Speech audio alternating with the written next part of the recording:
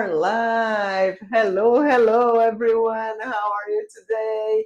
We are back here. I'm Fernanda Nis, and today I have Nuno and Oscar here with me.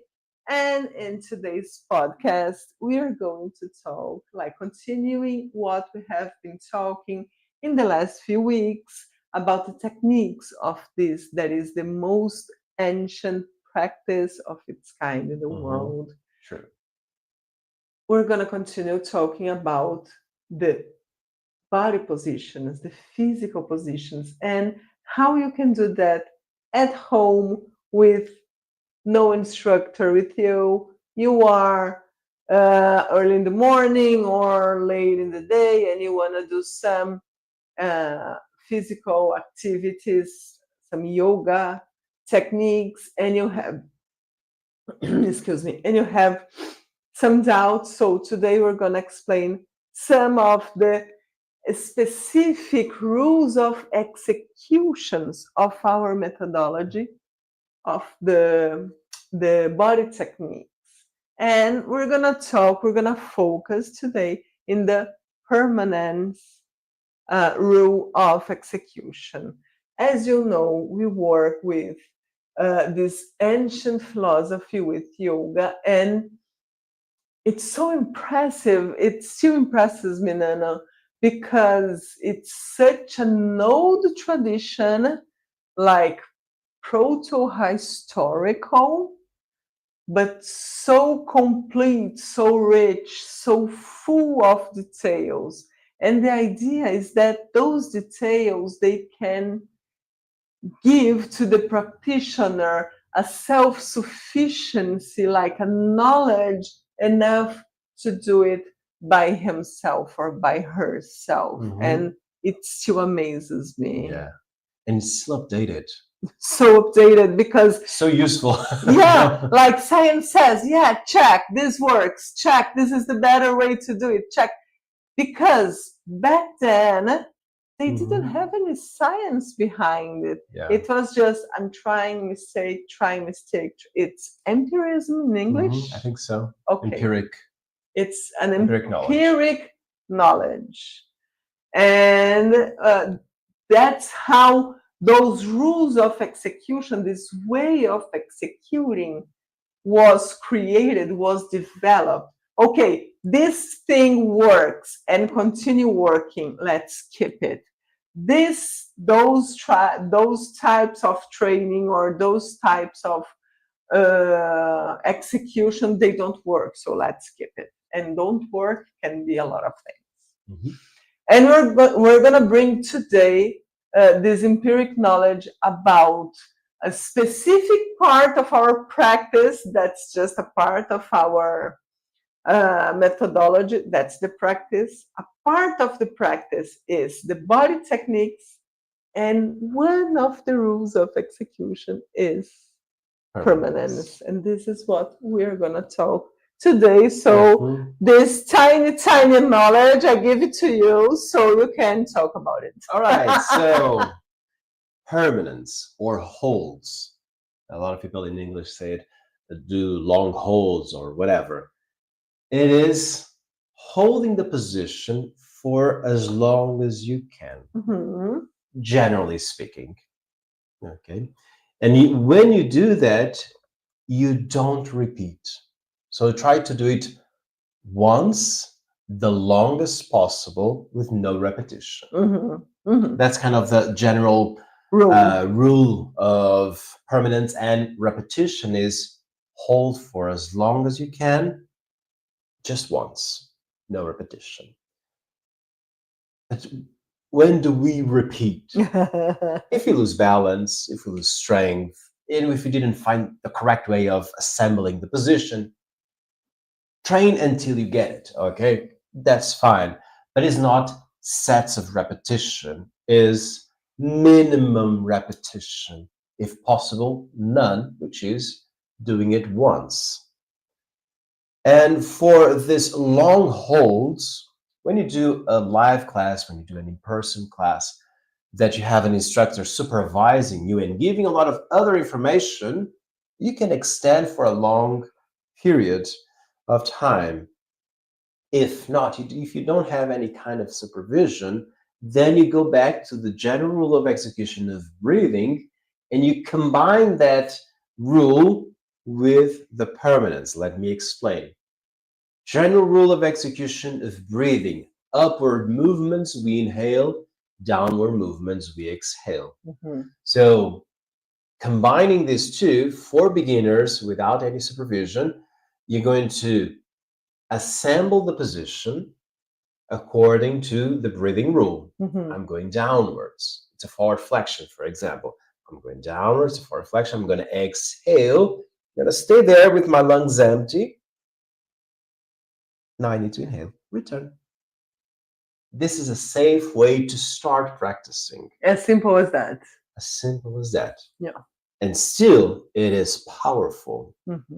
Sometimes when I have a short time to do the practice for myself, or even for my students, sometimes we have a 1 hour class and then we talk, we answer some questions, we share insights or points of view, and we just have 30 minutes. It's okay. I'm not going to rush a class. I'm going to do it in that concept. I can give all the techniques round, and it's just amazing, even with short permanence, because I'm using the general rule of execution of breathing with permanence, which is very powerful.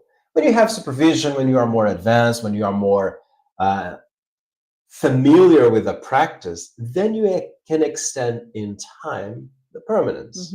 So, same thing, you assemble the position according to the breathing rule, and then you're going to hold the position and keep breathing. Conscious breathing the whole time. And then when you need to return, remember to return also applying that breathing rule. Yeah. Lateral flexion. I'm here in the center, so I'm going to exhale and go sideways. If this is a beginner's class, just hold on an empty breath and then return. If not, I'll keep breathing. Breathing, and then you start saying, okay, let's return. I'll wait for my inhalation to happen to come up. Then I'm going to counter execute to the other side. I'm going to do the same to the left side. Yeah. So I think this is a better way to show and to explain what is the rule of permanence for us. Yeah. I really love this philosophy because it gives so many instruction to the student that it's easy to do it by yourself, or you're traveling, or you are in the plane and too long trip and I want to stretch a little bit. I'm going to use those rules. I'm here, I know what to do, I'm going to do it. And bring those techniques to your daily life. Or you're seated in your office chair for 2 hours and you'll notice, oh my goodness, my back is calling my attention. Okay, let me do a torsion here. Okay, so I'm going to exhale, do my torsion here, hold the position as long as I can hold my breathing with the lungs empty. Okay, now I need to inhale, so return. Equalize to the other side. Exhale and do it so you can use it in your daily life, not just during the practice. The same thing with the breathing exercises. Like, you know how to breathe properly. You're going to do that only inside the classroom. It doesn't make sense. No. So let's bring it to our daily life. So if you understand how to do it, something as simple as a torsion or a traction of your spine, it's going to be implemented in your daily life, and it's going to bring you so much more comfort. Yeah, well-being. Well-being during your day. So that's why we are explaining and to develop our students' self-sufficiency. But if you are a more experienced practitioner, if you already have a few months or a few years, and okay, no, I want to improve my forward flexion. okay, I'm not doing it really well. So I think when I'm home every day, I'm going to do a 10 minutes execution, but I cannot hold the position, like the breathing, with even with the lungs full, I Yeah, yeah. cannot hold for 10 minutes. Okay, so you talk to your teacher, he's going or she's going to explain to you, let's train our forward flexion here. So for 10 minutes, because you want to improve your forward flexion, because you want to, you like it, or you feel that these are the group of techniques that you need to improve the most. The others are good, those aren't good. So, okay, I have 10 minutes.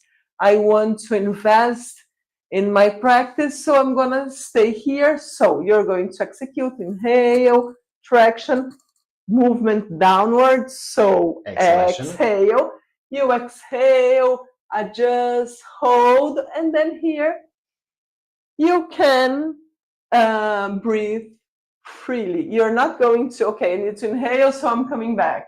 Because this way you're going to do repetitions and we don't do We it. don't do it. So, okay, I'm going to train my forward flexion. I'm giving this example because I did that back then Yeah. Mm-hmm. when I was maybe 2 years of practice or something like that. I wanted to have like my legs full extended apart and my belly on the floor. I said, I'm gonna do that. Young people, they tend to like this kind of challenges. So, okay, I'm gonna do that. What I did, that I decided I'm gonna train every day. And I was training every day until I reached and I Mm-hmm. kept that flexibility for a long time, because this is one of the advantages of doing the techniques without the repetition. You are not warming up the Yeah. muscle. Or even stressing the You're muscle. not. You're just holding the position.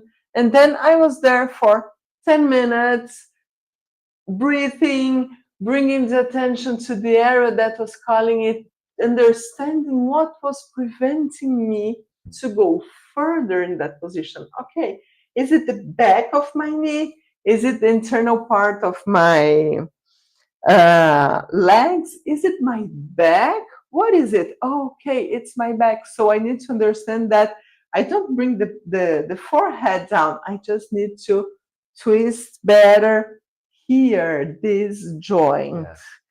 And this is the kind of thing that it takes time to notice, it takes Mm-hmm. time to understand, to adjust. And why not saying that this is also a way to develop self awareness? Indeed, indeed, yeah. Right? And everybody's different, right? Mm-hmm. When we are giving classes and we have a larger group, you're going to notice that for each individual, it's different. Mm-hmm. Some are still working to keep the knees extended Yeah. or to increase the angle of the legs. Exactly. Others that pelvic rotation. Others is the forward flexion or allowing them to relax, and so on and so forth. And the thing is, you can be flexible in a few positions and not flexible in others. Yes. That doesn't mean that if you're flexible, you are flexible in all positions. No. That's not true. Same way with strength. Mm-hmm. That's the same. Mm-hmm. And the permanence is our way of training. But why does it make it ancestral? Why is it so different? Why is it so unique? It is about the mindset. It is about how we use that knowledge to our daily life. Mm-hmm. It is our attitude towards the position itself. We don't do it just because. It always has some kind of purpose. And it can be to keep your flexibility. That's okay. It's okay. I do that as well. Sometimes I notice that, like if I go to the gym and it's a strong training that I do, I miss my flexibility. I'll go to the floor and do a bunch Mm-hmm. of flexing positions so I can stay flexy. Mm-hmm. Okay, Exactly. because I need that.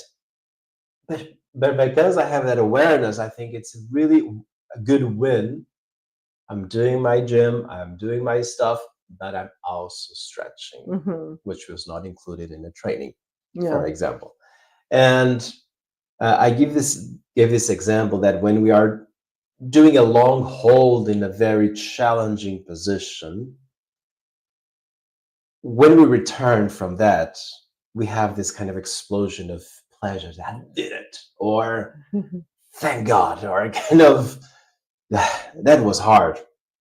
But how many times we are in a stressful or tense position with our body, and we do nothing, and we ignore all the signals. When we are doing the classes in a regular basis and we start to develop that awareness, those things stop to happen when we are working, when we are driving, when we are doing other things. Say, oh, I'm here, everything is contracted, I just need to stand up. Sometimes I just need to stand up, take a deep breath in. So good. Back to the chair. And you can do more minutes or an hour there. Sometimes you need more. You need to do on the chair a twist to both sides and then continue. Sometimes you need more of a pause there. Yeah. But you start to train to listen to your body. So the challenges of long holds, of long permanence, is to give you that awareness. And it's not about the performance only. It's about how that can make a huge and positive impact on your quality of life. And the use longevity. Longevity and all of that. So when we do asana, there's a purpose, there's a meaning behind, Yeah. which is to give that awareness, that physical awareness, so you can use it every time you need. And I can imagine someone with a question here over the head, and I want to bring it to you so you can help me to answer that. That is, okay, so if you guys work with permanence, why do you guys do choreography with a just 1 second permanence? Good question. Permanence is part of the training for choreography. The stability that you see in choreography was built with permanence. Yeah, so true. that's the result. Okay, you see the same with Cirque du Soleil. You see those guys making amazing stuff, and when it's about balance, that solid as a rock balance, that you jaws on the floor, is because they train very long holds. So they can do it in 1 second, boom, and then move. So there's a permanence behind that 1 second, which sometimes is a minute, sometimes it's even more. But for choreography, it has a different purpose. In a small period of time, I would like to show different aspects and different lookings towards asana. I could hold the plank for 3 minutes, which will have a meaning, but I can use those 3 minutes to do a composition that looks like a dance, or that looks like a kata from karate, or kind of a martial art, but at the same time more elegant, and that's a choreography. And even though doing a 3 minutes of the plank position is not that easy, it's quite boring to be watching that, right? Nowadays it will be like very boring. But when you do a choreography, it's a show. Yeah. Imagine a sample. Mhm. It is a tasting. It is something that you can reduce to the minimum of 3 minutes, for example, or even 1 minute, that you show snippets of what could happen in a practice. It's a poetic license. Yeah. Yes. To show what we do. And it's a sample. It is. Imagine, it's a sample. It's not just that, but it's also that. Yeah. So, even though there are other kinds of yoga that with under the influence of the British gym, they do repetitions. Mhm. In our case, since it's the old, the ancient, the traditional way to do it, we don't do permanence. Mhm. So we don't do repetitions. Yeah. We only do Hey, permanence. can I add one thing there? Yeah, of course. For example, when you see the Olympics and you see those great performance on the floor, a very interesting detail is it is coordinated with music, but there's a lot of ornaments, and then you have the performance. And you kind of see a separation of when they are just dancing and then when they run and do those flips and do those amazing, amazing stuff. I get inspired by that. In a choreography that has more or less the same duration, there's not that separation. Yeah. There's kind of a full 3-minute performance. True. At the highest level. And that is one thing that is also unique. There's a combination with music, but then you do it in a way that if you start watching a choreography from minute 1, is as impactful as minute 2 as from the beginning. And when you see in the Olympics those great performances, there are a few moments that are kind of there just to fill the time, and then they go to the corner and do those amazing stuff. And so you see kind of a very dramatic change of performance while dancing and then while performing those things, that you rank those things. Okay.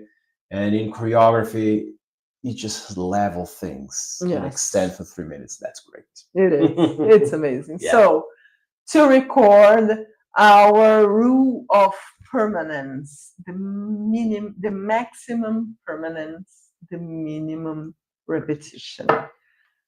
If you are a beginner, or if you are not, you don't feel secure to do a longer permanence, remember to do the permanence as long as you can hold the air. That's the rule of permanence. And the rule of breathing, movements up with inhalation, movements down, exhalations, and if you're twisting, with exhalations, as you imagine your lungs as a sponge. When they twist, the water goes out. So when you twist, the air goes out. If you want to know more, if you want to try, if you want to see if you're going to like it or not, we have a 14 days free trial, no credit cards requested. So come with us, join us, come try. I know you're going to love, and you're going to love to see Nuno and Oscar in the classes with you. Thank you very much. Anything else? That's it. See you next week. Have a mindful week and long holds. Bye-bye. Bye-bye.